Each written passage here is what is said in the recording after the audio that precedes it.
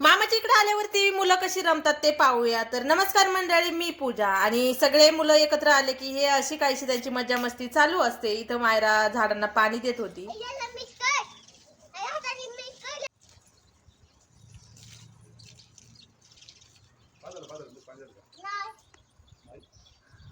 इथं मायरा बाबांना हेल्प करत होती झाडांना पाणी देण्यासाठी आणि तिला बाबांच्या कडेवरून खाली उतरायचं नव्हतं, त्याच्यामुळे तिची अशी काहीशी नाटकं चाललेली.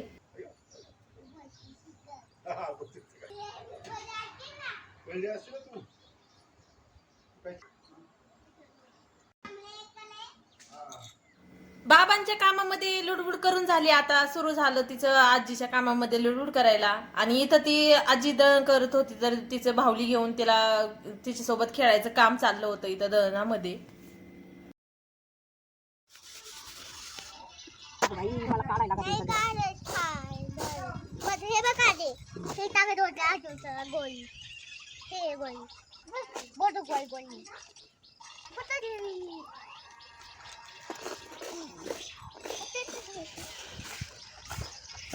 इथं मायरा भावली सोबत खेळत असताना काय म्हणते हे जर तुम्हाला कळलं तर मला नक्की कमेंट्स करून सांगा. पाहूयात किती जणांना कळतंय.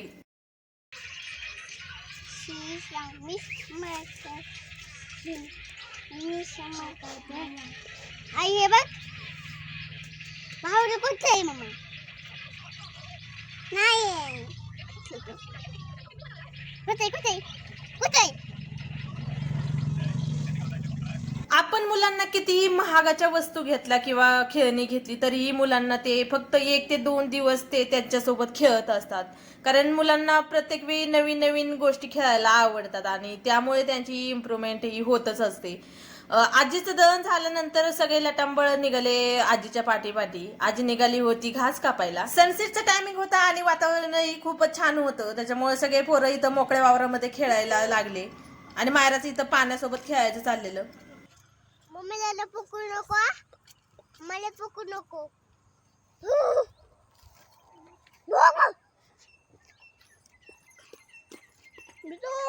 तुम्हाला माझे ब्लॉग कसे वाटतात मला नक्की कमेंट्स करून सांगा.